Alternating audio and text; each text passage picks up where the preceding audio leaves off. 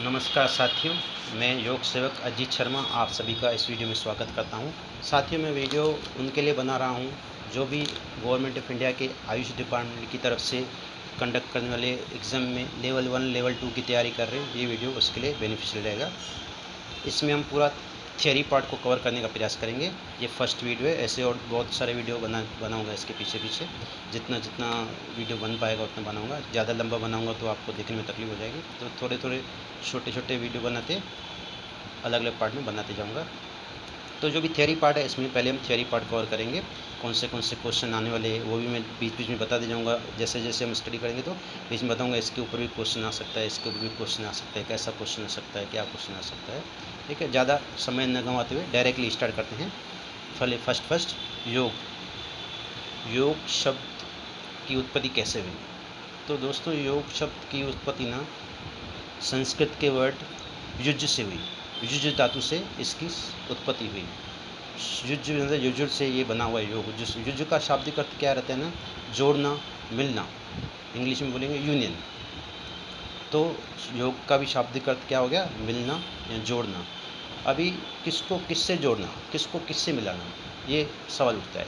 तो योग का मेन मोटो है ना, जो मेन उसका उद्देश्य है ना, हमारे शरीर को मन से और आत्मा से जोड़ना। जैसे हम कोई काम करते हैं तो हम शारीरिक रूप से काम तो करते हैं, मगर हमारा मन कहीं और लगा रहता है और हमारी आत्मा कहीं और रहती है, उसको वो काम पसंद नहीं रहता है। तो योग का काम यही है, जो भी आप काम करेंगे ना उसमें मन से करेंगे, मतलब आपकी शरीर को, मन को और आत्मा को एक ही धागे में पिरोने का काम योग करता है। साथियों, आज की मॉडर्न युग में ना योग की अलग अलग परिभाषाएं हैं। जैसे कि कोई इसको करता है कि आसन करके हम अपनी शरीर को, अपनी बॉडी को फ्लेक्सिबल बना सकते हैं। कोई सोचता है कि हम प्राणायाम करके हमारे लंग्स की कैपेसिटी बढ़ाएंगे, हमारे इम्यूनिटी पावर बढ़ाएंगे। किसी के लिए फ़ैट लॉस करने के, मोटापा कम करने के लिए एक क्रिया है, और किसी के लिए मन की शांति के लिए प्राणायाम और योग है। और योग चिकित्सक तो इसको एक वैकल्पिक ऑप्शनल ट्रीटमेंट का एक जरिया मानते हैं। मतलब अलग अलग लोगों की अलग अलग धारणाएं हैं योग के बारे में। कोई गलत नहीं है, सब सही है, मगर योग की ये धारणा है ना, ये जो भी इसको परिभाषा है ना, ये यहाँ तक सीमित नहीं है। योग इससे कहीं गहरा है, कहीं उच्च है। इसकी ऊंचाई बहुत ज़्यादा है, इससे बहुत गहरा है, बहुत डीप है। उसको समझने के लिए हमारे जो ऋषि मुनि हैं, उन्होंने जो भी हमें शिक्षा दी है, जो भी उन्होंने अपने ग्रंथ रचे हैं, उसके ऊपर हमको गहरा अध्ययन करना, उसका अध्ययन करना पड़ेगा। सबसे पहले ना पतंजलि महर्षि के बारे में बता दूं कि पतंजलि महर्षि योग के बारे में उनकी क्या राय है। वो क्या कहते हैं ना, योग के बारे में कहते हैं, योगस्य चित्त वृत्ति निरोध है। उन्होंने योग सूत्र का ग्रंथ लिखा था, उसमें उनका पहला मंत्र ये है, योगस्य चित्त वृत्ति निरोध है। योग जो है ना, चित्त की वृत्तियों को निरोध करता है, यानी हमारे चित्त की वृत्तियों को रोकता है। ठीक है, जो हमारा मन है ना, जो वो त्रिगुण, 3 गुण मतलब सात्विक, तामसिक, रजस गुण, इनका उत्पत्ति का स्रोत है। सात्विक मतलब आपका जो व्यवहार रहेगा सबके साथ एक समान रहेगा, सत्य की राह पे रहेगा। तामसिक मतलब आपका मूड सुबह मतलब रहेगा स्लो, क्या बोलते हैं इसको, आलस रहेगा। और रजस मतलब चंचल, क्रियाशील, चंचल। तो ये 3 उसके रहते। इसमें भी एक क्वेश्चन आएगा कि हमारा मन कौन से त्रिगुण का उत्पत्ति का स्रोत है। तो आपको क्या करना है ना, ये 3 गुण बताने हैं, सात्विक, तामसिक, रजस। ये 3 गुणों की उत्पत्ति का स्रोत हमारा मन है। चित्त मतलब मन। और हमारे मन की ना, यानी चित्त की 5 स्थितियां हैं। एक है क्षिप्त, मूढ़, विक्षिप्त, निरुद्ध और एकाग्र और निरुद्ध। ठीक है, ये इस पर भी क्वेश्चन आएगा कि हमारे मन की कितनी स्थितियां हैं। तो हमारे मन की 5 स्थितियां हैं, ऐसा ऑप्शन आएगा। या तो ऐसा भी आ सकता है कि आपको 5 ऑप्शन देंगे, बोलेंगे इसमें से कौन सी हमारे मन की स्थिति नहीं है। तो आपको 4 तो मन की स्थितियाँ आएगी, मगर एक दूसरा कुछ जाएगा, तो आपको उसके ऊपर टिक करना, ये हमारे मन की स्थिति नहीं है। और ये हमारी जो मन की स्थिति है ना, क्षिप्त, विक्षिप्त, मूढ़, निरोध, एकाग्र, तो ये इसको पतंजलि ने चित्त भूमियाँ कहा है। तो ऐसा भी क्वेश्चन आ सकता है कि पतंजलि के हिसाब से चित्त भूमियाँ क्या है, कितनी है। तो 5 चित्तभूमियाँ हैं, वो सबसे आपको उसको आंसर करना है। और पतंजलि ने इन 5 चित्तभूमियों को के जो जैसे हमारे मन में विचार आते हैं, इन चित्तभूमि में जो भी विचार आते हैं, जो भी प्रतिबिंब आते हैं, उसको ना 5 वर्गों में उन्होंने डिवाइड किया है। तो उससे पहला है प्रमाण, प्रमाण। दूसरा है प्रमाण मतलब सत्य ज्ञान, विपर्य मतलब असत्य ज्ञान। दूसरा है निद्रा मतलब नींद, स्मृति मतलब हमारी स्मृति मतलब ये स्मरण शक्ति। और 5वां रहेगा ये रहेगा विकल्प, विकल्प मतलब कल्पना शक्ति। तो इसके बारे में आएगा कि पतंजलि हमारे मन की जो स्थिति है, प्रतिबिंब आते हैं मन के अंदर जो, उसको कितने भागों में डिवाइड किया है, कितने भागों में डिवाइड किया, तो 5 भागों में डिवाइड किया है। फिर उसके बारे में आपको उसको 5 का नाम नीचे दिया रहेगा। यहाँ तो बोलेगा इसमें कौन सी नहीं है, जैसे पहले वाला बताया था उसमें ऐसा ही आएगा, ठीक है। तो ये 5 स्थितियाँ, फिर हमारे मन के अंदर जो विचार आते हैं ना, तो उसको भी डिवाइड किया है 5 ऑप्शन में, उसके भी 5 ऑप्शन में, ठीक है दोस्तों। पतंजलि महर्षि पतंजलि है ना, उसका जो काल था ना, वो 3rd सेंचुरी से लेके 5th सेंचुरी के बीच में था। पतंजलि महर्षि पतंजलि का काल 3rd से 5th सेंचुरी के बीच में था, मतलब अप्रोक्सीमेटली आज से 2500 साल पहले, 2500 साल पहले पतंजलि महर्षि का काल था। तो योग तो उससे भी बहुत पुराना है, उससे भी बहुत पुराना है, उसके प्रमाण है।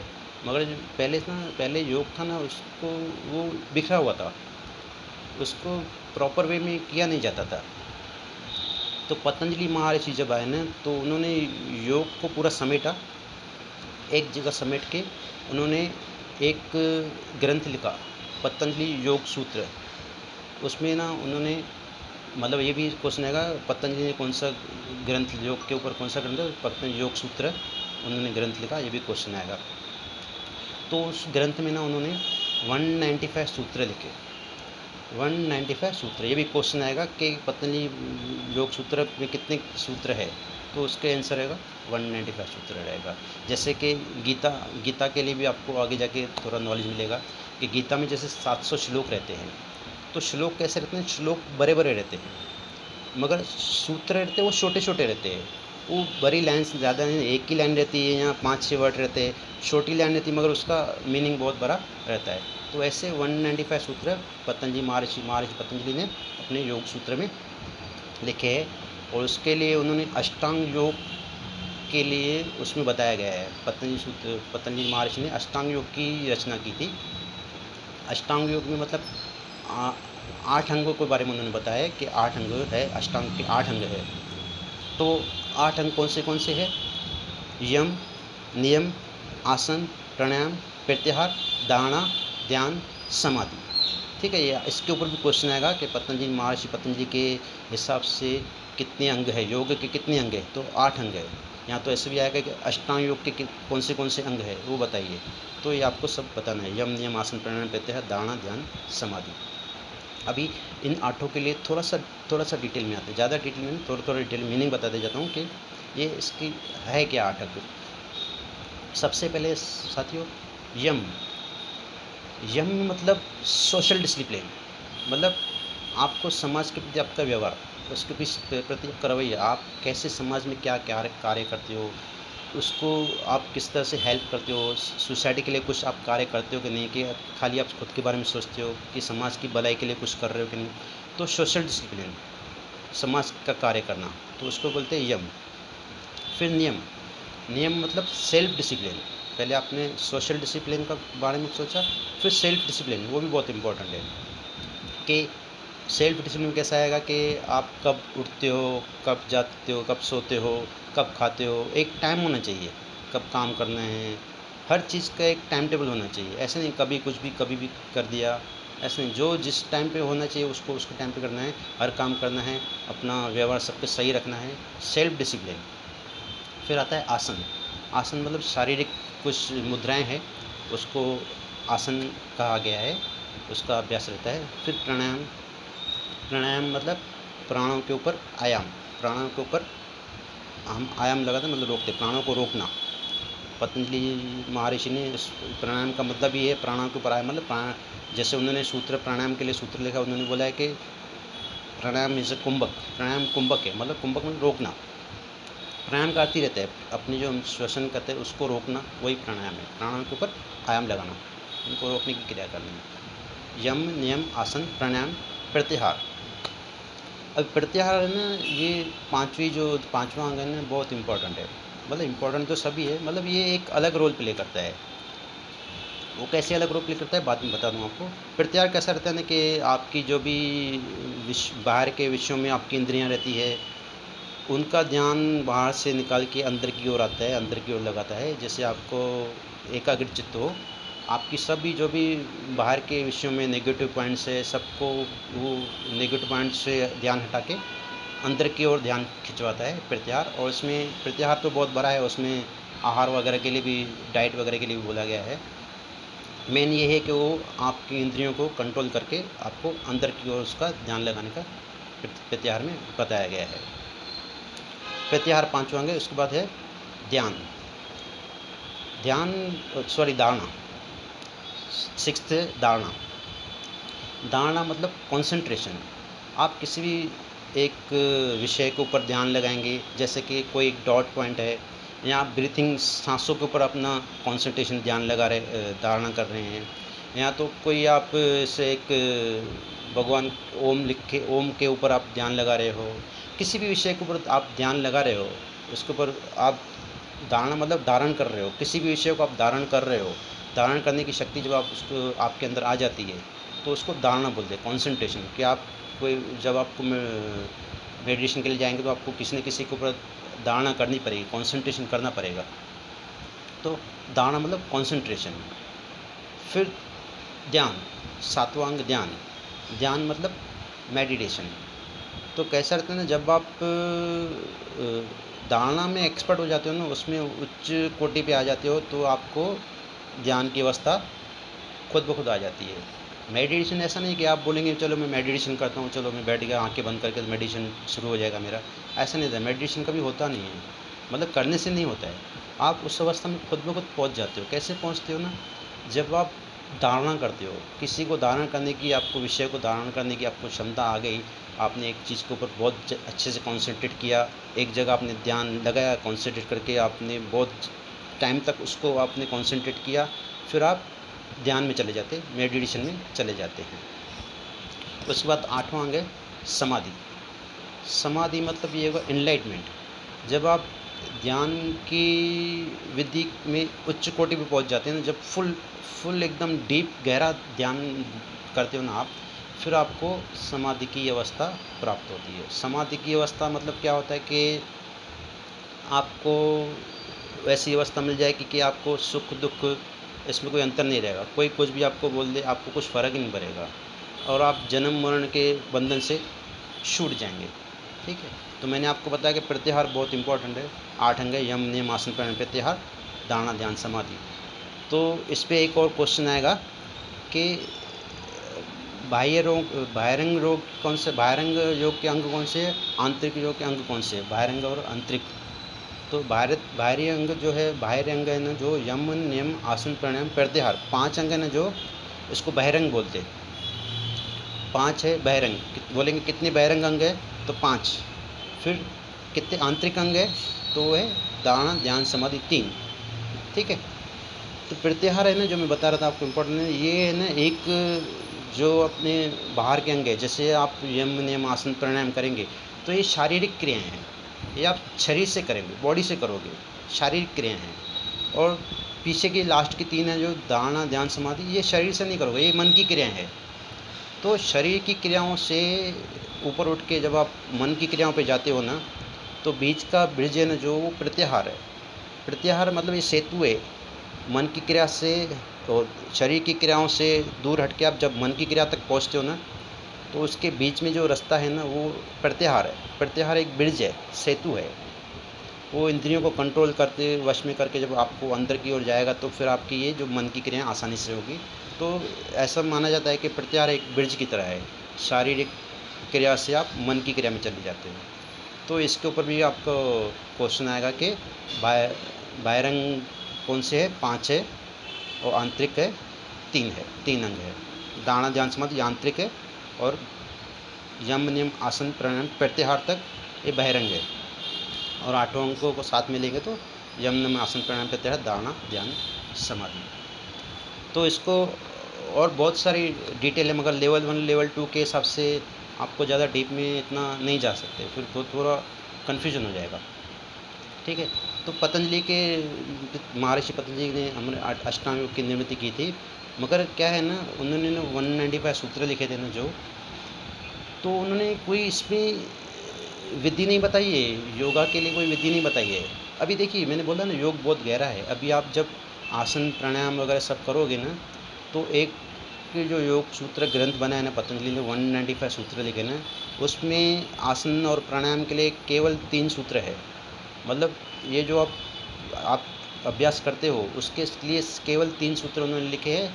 बाकी योग इतना बड़ा है कि और सारे इतने सूत्र, बाकी 190 सूत्र, तो उसके बारे में तो हमने कभी सोचा ही नहीं कि क्या क्या सूत्र है, उसका अभ्यास तो किया ही नहीं है। जैसे कि उन्होंने आसन के लिए एक ही सूत्र लिखा है, उन्होंने कोई आसन नहीं बताया कि ये भुजंगासन है, ये धनुरासन है, ये सर्वांगासन है। आसनों का नाम योग पतंजलि महर्षि पतंजलि के योग ग्रंथ में कोई आसन का नाम नहीं लिखा गया है, कोई नाम नहीं। उन्होंने एक ही सूत्र आसन के लिए लिखा है, उसमें 3 शब्द लिखे खाली, स्थिर सुखम आसनम। मतलब आपका शरीर जब स्थिर है, सुख की अवस्था में है, तो वो आसन है। उन्होंने 3 शब्द लिखे हैं। और प्राणायाम के लिए उन्होंने लिखा है कि 2 सूत्र लिखे प्राणायाम के लिए, एक ही सांस को सरलता से लेना है और समगति से लेना है, और एक ही सांस को सरलता से छोड़ना है, समगति से छोड़ना है। ये एक सूत्र है, एक ही सांस को सरलता से समगति से लेना है, छोड़ना है। और दूसरा सूत्र है प्राणायाम मतलब कुंभक, प्राणायाम जो है वो कुंभक है। बस ये 2 सूत्र लिखे हैं उन्होंने, केवल इतने सूत्र लिखे। वो उन्होंने ये सब पूरा आगे के ऋषि मुनियों के, आगे के आचार्यों के ऊपर डाल दिया कि इसको आप विस्तार पूर्वक कैसे कराएंगे, क्या कराएंगे। उन्होंने उसमें कुछ डिटेल नहीं दिया है। ऐसे नहीं बोला कि ये आसन करेंगे तो ये हो जाएगा, सर्वांगासन करेंगे तो वो हो जाएगा, कुछ भी आसन की डिटेल नहीं है। केवल एक सूत्र है स्थिर सुखम आसनम, मतलब आपका शरीर स्थिर है, हिलडुल नहीं रहा है, स्टिल है, सुख की अवस्था है, तो वो आसन है। और प्राणायाम के लिए 2 सूत्र है। बाकी जो फिर आगे के उसके बाद पतंजलि महर्षि पतंजलि के बाद बहुत सारे ऋषि मुनि हैं, बहुत सारे आचार्य हैं, उन्होंने बहुत सारे बुक्स लिखे, बहुत सारे ग्रंथ, योग ग्रंथ लिखे, उन्होंने डिटेल में दिया है। जैसे हठ प्रतिपिका उसके बाद आया, तो हठ प्रतिपिका वालों ने ये आसन की, जो भी आप आसन कर रहे हो ना, वो हठ प्रतिपिका वालों ने उनको नाम दिया, अलग अलग आसनों के अलग अलग शरीर के पोस्चर उनके अलग अलग नाम दिए थे, तो अलग अलग आसन बन गए वो। मगर हम बाद में हठ प्रतिपिका के ऊपर बाद में आएंगे, फिलहाल उसका नेक्स्ट वीडियो में उसके बारे में पूरा डिटेल आएगा। तो मतलब वो हठ प्रतिपिका ने आसन का वगैरह का नाम सब दिए थे, बनाए थे। तो पतंजलि महर्षि ने इतना वो नाम वगैरह नहीं दिया था, सिंपल में उन्होंने अपना योग को एक सूत्र, एक ग्रंथ में सब सूत्र लिख दिए थे। अभी ना आते हैं अगले टॉपिक के ऊपर कि योग का इतिहास कितना पुराना है, योग कितना पुराना है। तो पतंजलि महर्षि तो बताया मैं आपको 2500 साल पहले उन्होंने योग सूत्र का ग्रंथ लिखा था। तो योग हमारा 2500 साल पुराना नहीं है, वो तो उससे भी बहुत पुराना है, बहुत पुराना है। ऐसा माना जाता है ना कि एक हिरण्यगर्भ, गीता महाभारत में ना भगवान श्री कृष्ण बता रहे हैं कि हिरण्यगर्भ नाम के एक आए थे, उसको देवता माना गया था हिरण्यगर्भ। वो सबसे प्राचीन, सबसे पहले प्रवक्ता थे योग के। तो ये हिरण्यगर्भ नाम के जो देवता थे वो सबसे पहले प्रवक्ता, प्राचीन प्रवक्ता थे। तो उसको मतलब कोई उसको जैसे वो बोलते, उन्होंने सृष्टि की रचना की, पूरी सृष्टि की रचना उन्होंने की। उन्होंने सूरज के जैसे चमकते हुए कई चीज़ों को उन्होंने प्रकट किया, तो वो हिरण्यगर्भा थे।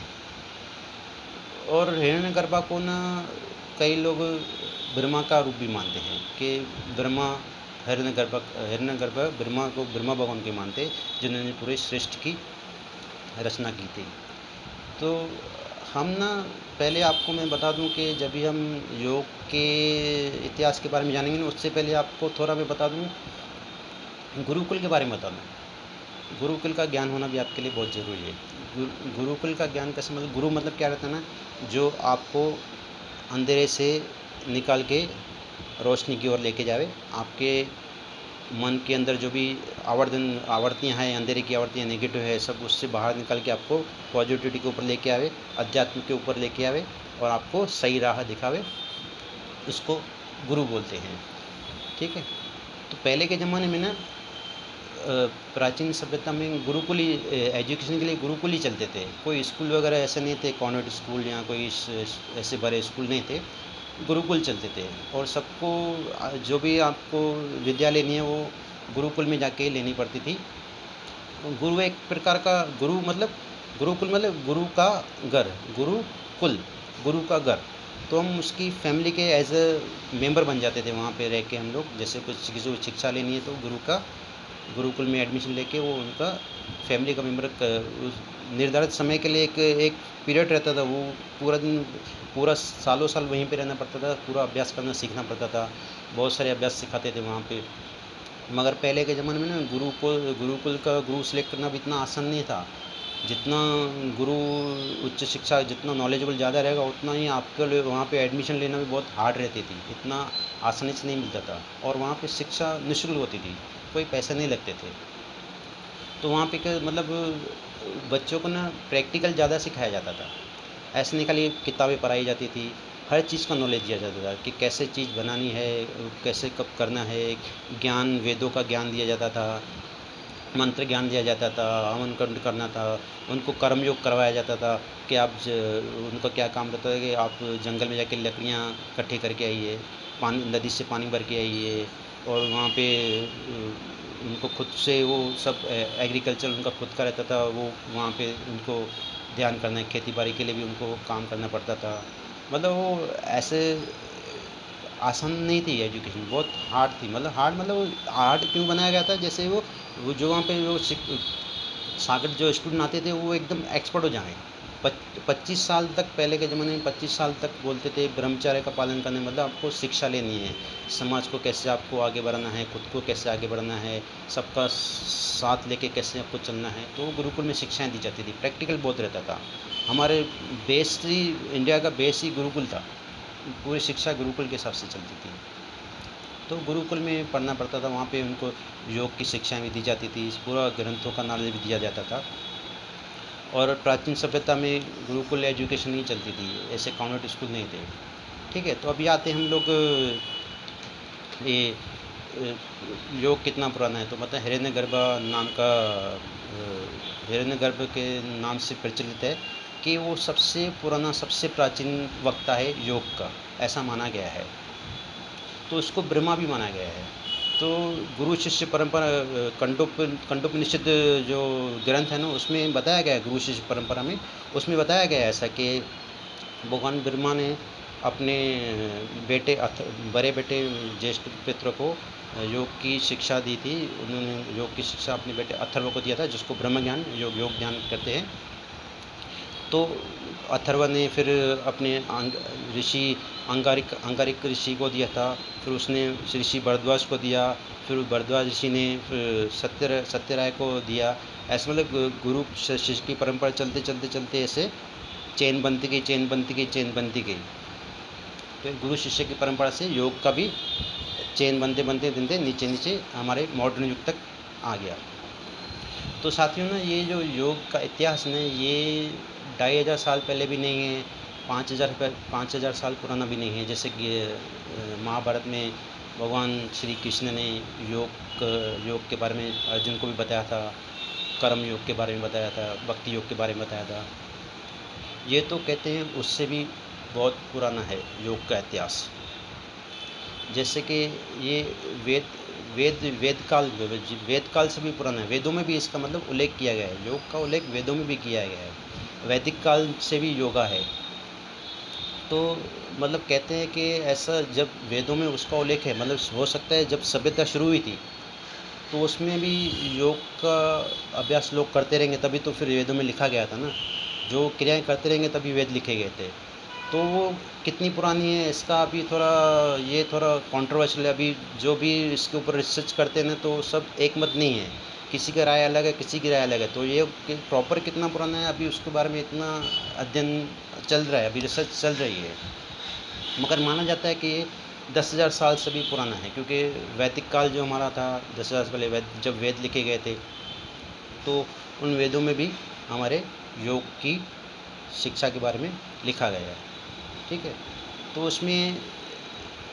इसमें भी आपको एक क्वेश्चन है, 4 काल है, 4 काल है। एक वैदिक काल, मतलब उसको बोलते वैदिक युग, उसके बाद पूर्व शास्त्रीय काल, फिर उसके बाद शास्त्रीय काल, फिर उत्तर शास्त्रीय काल। तो इसमें पहले वैदिक काल, वैदिक युग, मतलब वैदिक काल, वैदिक युग क्या हो गया, जिसमें हमारे वेदों की रचना की गई थी, वेदों को बनाया गया था। तो वेदों की रचना जब की गई थी तो उसमें भी हमारे वेद, इस पे ऊपर भी क्वेश्चन आएगा, वेद कितने रहते हैं, तो 4 वेद रहते हैं। पहले रहता है ऋग्वेद, मतलब उसमें हमारे ब्राह्मण समाज के यहाँ तो आज के मॉडर्न हिंदू सनातन धर्म के बारे में जान दिया गया था, डिटेल दिया गया है, और उसमें अलग अलग देवताओं को प्रसन्न करने के लिए, उनकी भक्ति करने के लिए मंत्रों का ज्ञान बताया गया है। तो ऋग्वेद, फिर यजुर्वेद है, उसमें यज्ञ के बारे में ज्ञान दिया गया है।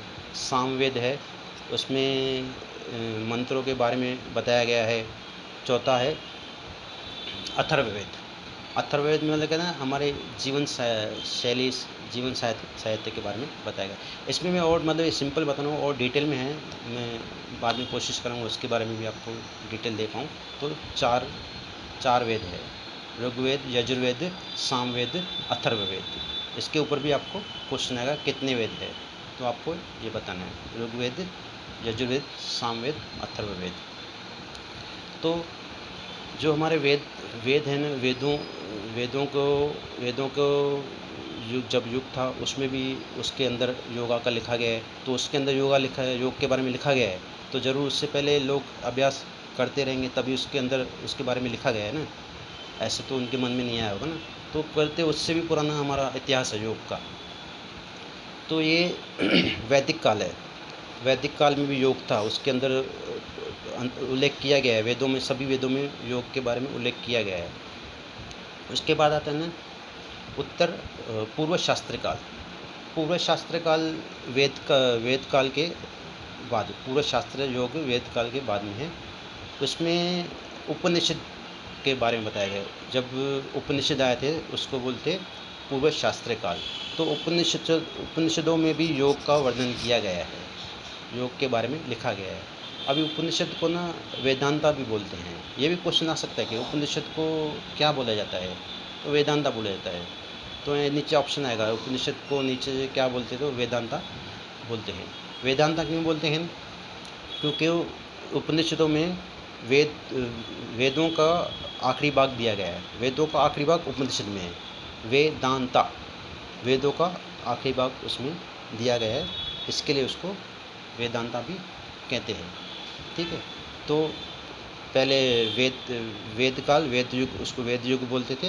फिर पूर्व शास्त्रीय काल जिसमें उपनिषद थे, उसमें भी योग का उल्लेख किया गया है। उसके बाद आता है शास्त्रीय काल। शास्त्रीय काल बहुत इम्पोर्टेंट था, क्योंकि पूर्व शास्त्रीय काल तक ना योग का अभ्यास इतना प्रचलित नहीं था, इतना जोश में नहीं होता था योग का अभ्यास, मगर शास्त्रीय काल के दौरान, मतलब ये 3rd से 6th सेंचुरी, मतलब 2,500 साल अप्रॉक्सीमेटली पीछे, जब मैंने बताया आपको महर्षि पतंजलि का काल था, तो ये शास्त्रीय काल महर्षि पतंजलि का ही काल था। उस शास्त्रीय काल में महर्षि पतंजलि 3rd से 6th सेंचुरी के बीच में पतंजलि योग सूत्र का उन्होंने निर्माण किया, उन्होंने पतंजलि योग सूत्र लिखा। तो इस शास्त्रीय काल को बहुत इम्पोर्टेंट माना जाता है, उसमें योग की परिभाषा ही बदल दी, उसमें योग को बहुत प्रचलित कर दिया।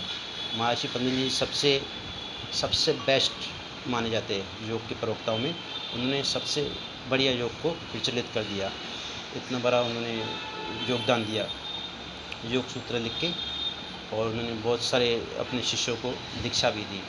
फिर ये आ गया शास्त्रीय काल। तो इस शास्त्रीय काल में तो योग काल ही योग का था, जैसे वेदांता वेद काल वेद योग में वेदों में लिखा गया है, इसके बारे में तो हम समझ सकते हैं उसमें योग था। फिर पूर्व शास्त्र काल में उपनिषद थे, उसमें भी उसमें उल्लेख किया गया योग के बारे में, तो उसमें भी मानते योग था। मगर शास्त्र काल में तो महर्षि पतंजलि प्रकट हुए थे, उन्होंने पूरा योग को एकदम नया रूपरेखा दे दी, उनको समेट के एक ग्रंथ लिखा। तो वो तो शास्त्र काल तो पूर्णतः ही योग के ऊपर ही था, योग इसको योगिक काल ही बोल सकते हैं। ठीक है, तो इसका मतलब उत्तर शास्त्रीय काल। उत्तर शास्त्र काल मतलब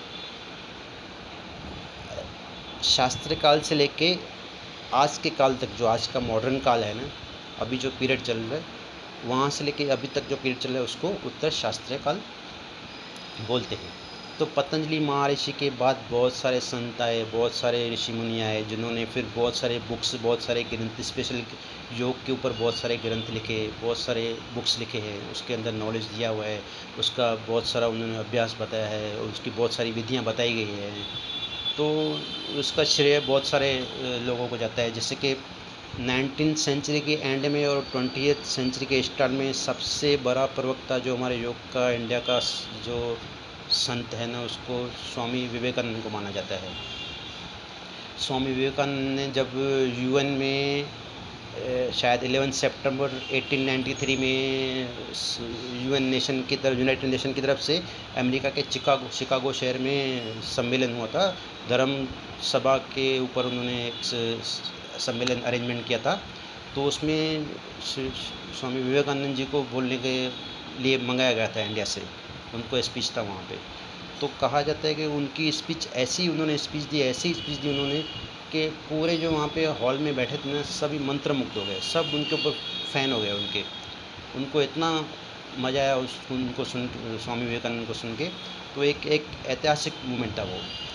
तो स्वामी विवेकानंद ने क्या किया ना, ये जो योग है ना, उसको वेस्टर्न कंट्रीज़ में भी उन्होंने फेमस किया, पश्चिमी देशों में भी उनको विश्व ऋषि मुनियों ने फेमस किया।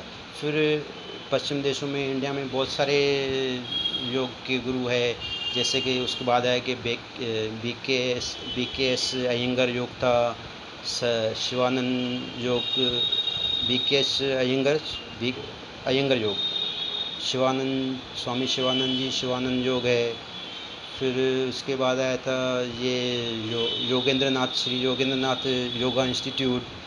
फिर अपने सबसे बढ़िया तो पूरे इंडिया में जिन्होंने एकदम बाहर से लाली योग की हमारे स्वामी रामदेव महाराज जी, पतंजलि योग थे। फिर हमारे जग्गी वासुदेव जी, ईशा फाउंडेशन वाले। फिर हमारे श्री रविशंकर जी, आर्ट ऑफ लिविंग वाले। ऐसे बहुत सारे शास्त्र योग से उत्तर शास्त्र योग, मतलब आज से पीरियड तक ऐसे बहुत सारे ऋषि, बहुत सारे संत, बहुत सारे ऐसे योग के इंस्टीट्यूट, केवल धाम से योगा इंस्टीट्यूट है। ऐसे बहुत सारे उन्होंने उनका योगदान योग को प्रचलित करने में, उनके बारे में लिखने के और बुक्स बनाने में, और उनका अभ्यास, उनकी स्टडी, उनकी रिसर्च के ऊपर बहुत सारे लोगों ने अध्ययन किया है, रिसर्च की है, अपना योगदान दिया है। तो जो अब तक चल रहा है, समझे। तो अभी हमने ये वीडियो बहुत लंबा जा रहा है, तो इसको शायद मेरे ख्याल से यहीं पे ही रोकना पड़ेगा, यहाँ तक इसको रोकेंगे। क्योंकि अभी हमने क्या किया ना, योग क्या है, युज धातु से बना हुआ है। फिर योग की परिभाषा पतंजलि का था, योग से चित्तवृत्ति निरोध है। फिर योग की तीन योग का उत्पत्ति का स्रोत के ये 3 है ना, ये राजस तमस, वो 3 है गुण जो इसकी उत्पत्ति होती है। फिर उसके बाद 5 स्थितियाँ, फिर उसके अंदर जो हमारे मन के अंदर जो उत्पन्न होते हैं 5, उसको पतंजलि ने डिवाइड किया। फिर उसके बाद हमने ये योग का इतिहास सीखा, उसमें 4 वेद बताए मैंने आपको, फिर 4 युग भी बताया आपको। इसका पहले आप अच्छे से अध्ययन कीजिए। फिर नेक्स्ट वीडियो में आपको फिर इसके और आगे बढ़ेंगे, हठ योग के बारे में सीखेंगे। ठीक है, कोशिश करूँगा मैं आपको सिंपल में बता दे जाऊँ, क्योंकि ये जो बुक में दिया गया ना, बहुत ऐसा दिया गया है कि आदमी थोड़ा कंफ्यूज हो जाएगा, कहीं से कहीं बीच में कुछ आ गया, बीच में और कुछ आ गया है। तो मोस्टली अभी आज मैंने आपको पतंजलि के बारे में बताया, फिर धीरे धीरे एक एक टॉपिक करते लेते जाएंगे। फिलहाल आज के लिए इतना ही। आप सभी का धन्यवाद, आपने पूरा वीडियो देखा, आपका बहुत बहुत धन्यवाद। योग सेवक अजीत शर्मा आपसे इजाज़त देता है। थैंक यू, धन्यवाद।